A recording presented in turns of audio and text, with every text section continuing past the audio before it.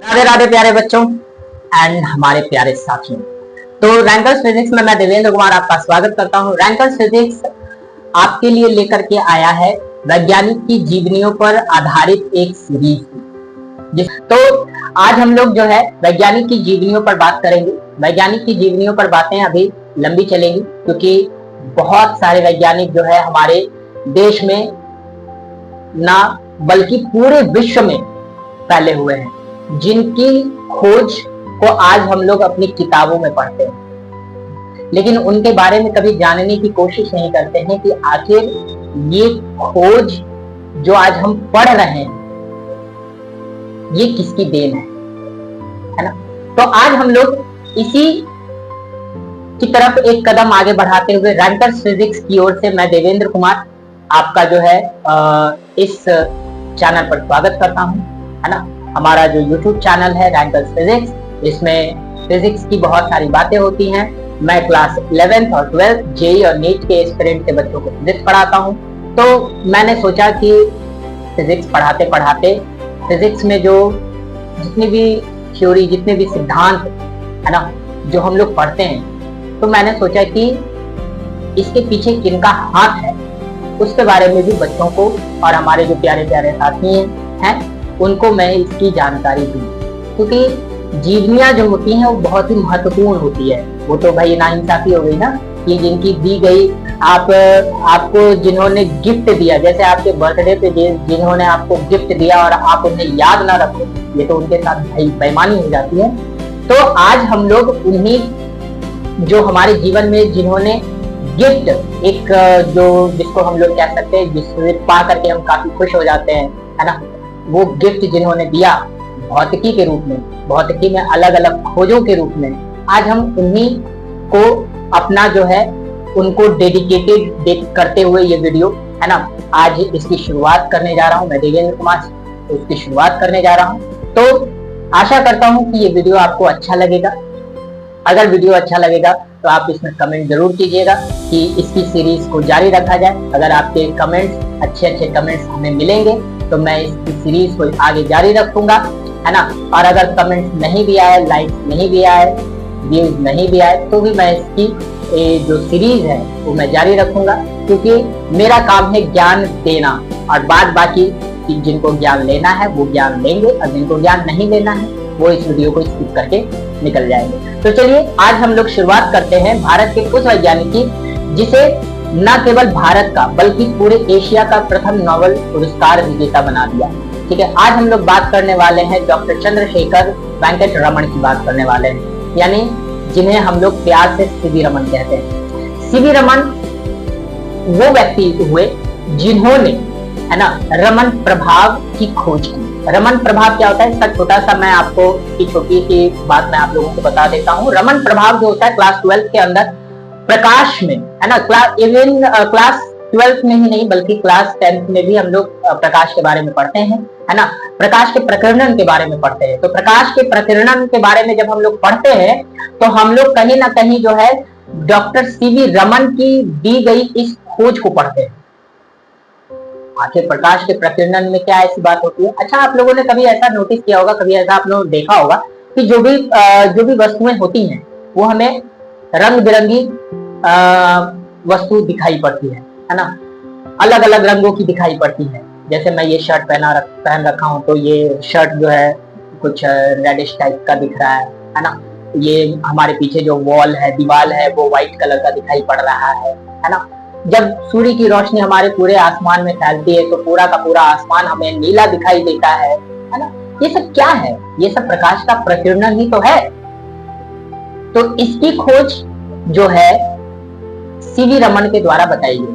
उन्होंने क्या बताया कि जब प्रकाश का प्रकीर्णन होता है, यानी प्रकीर्णन कब होता है भाई सब, जब प्रकाश जो होते हैं ना, जब आपके जो होते हैं किसी पारदर्शी माध्यम या ठोस हो या द्रव हो या गैस हो, किसी पारदर्शी माध्यम से जब गुजरते हैं तो उनकी तरंग दैर्घ्य में, उनके वेवलेंथ में, है ना, उनकी जो मूल आवृत्ति होती है उसमें छोटा सा बदलाव आता है। उनके तरंग दैर्घ्य में छोटा सा बदलाव आता है। इस छोटे से बदलाव के कारण ही जो है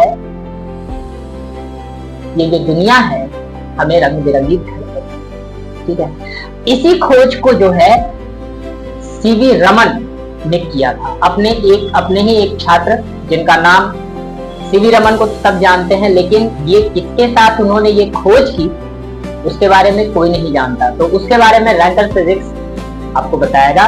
तो वो थे एस कृष्णन, है ना। एस कृष्णन उनके एक छात्र का नाम था, जिनके साथ उन्होंने मिल करके 28 फरवरी 1928 को, है ना, फरवरी का महीना था भाई, 28 था और साल 1928 था, ठीक है। तो इस दिन उन्होंने रमन प्रभाव की खोज की, और रमन प्रभाव की खोज करने के कारण इसका जो है उनको प्रेरणा भी मिली। इसकी प्रेरणा उनको मिली जब वो एक छोटी सी कहानी मैं बता देता हूँ। इसकी प्रेरणा उनको मिली जब वो जहाज से, उस समय पानी वाला जहाज चलता था, शिप जिसको कहते हो आप लोग, है ना, वो चलता था। उसी से वो जो है ट्रैवल कर रहे थे, है ना, ट्रैवल कर रहे थे। तो प्रकाश जब पानी में पड़ रहा था तो प्रकाश यानी समुद्र का जो पानी था वो नीला दिखाई पड़ता था, है ना, चमकता था, उसकी किरणें चमकती थी, ब्राइटनेस काफी ज्यादा था, मतलब चमक, जो उसकी जो चमक थी ना वो रमन साहब को प्रभावित कर गई। और ये प्रभावित करना उन्हें ऐसा प्रभावित कर दिया कि वो जो है रमन प्रभाव की खोज कर दी, है ना। तो रमन प्रभाव इसी की देन है।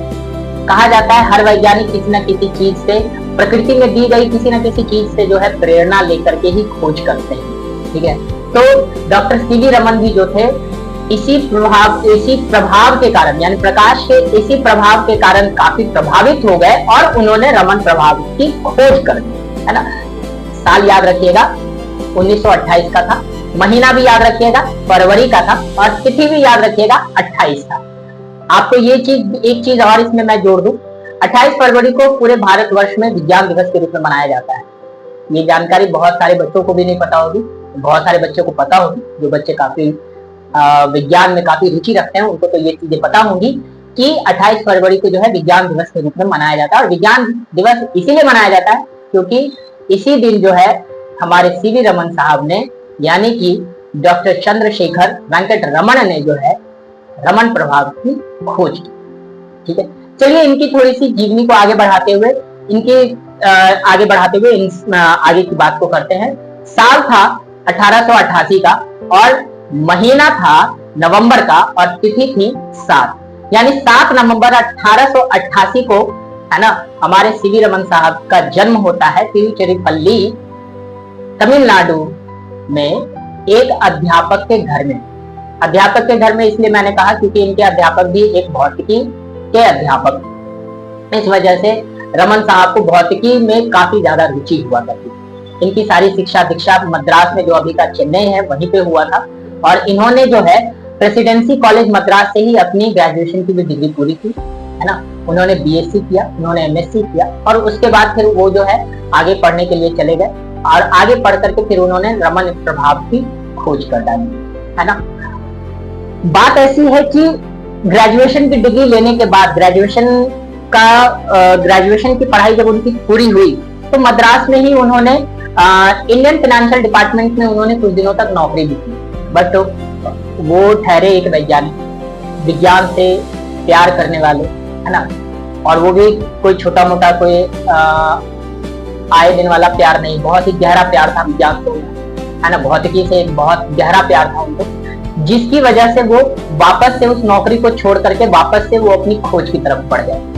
और वो जो है इसी में आगे बढ़ते हुए जिसका नतीजा हुआ कि 1928 को इन्होंने रमन प्रभाव की खोज की और इसी के कारण 1930 में उन्हें एशिया का प्रथम नोबेल पुरस्कार विजेता बना दिया।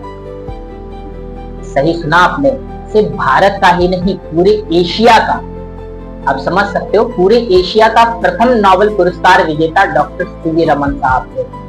और इन्होंने भारत में जो है वैज्ञानिक अनुसंधान पर, विज्ञान अनुसंधान पर जो है इनके नाम पर इन्होंने विज्ञान अनुसंधान की नींव भी भारत में इन्होंने ही डाली।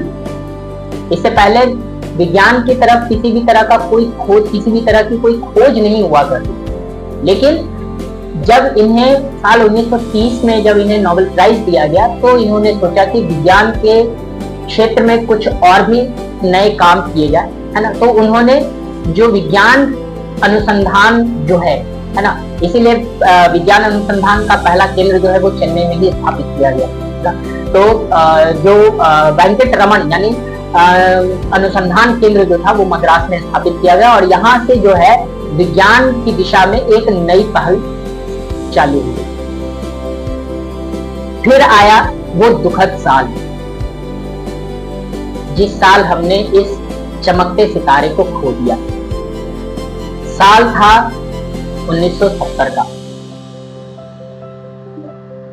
और महीना था नवंबर का। याद कीजिएगा, मैंने शुरुआत में आपको कहा था महीना याद रखिएगा। जन्म भी नवंबर में, और इस चमकते सितारे का अंत भी जो हुआ वो नवंबर में ही हुआ, और तिथि थी 21, यानी 21 नवंबर साल 1970 को ये वैज्ञानिक हमें अकेला छोड़कर चले गए।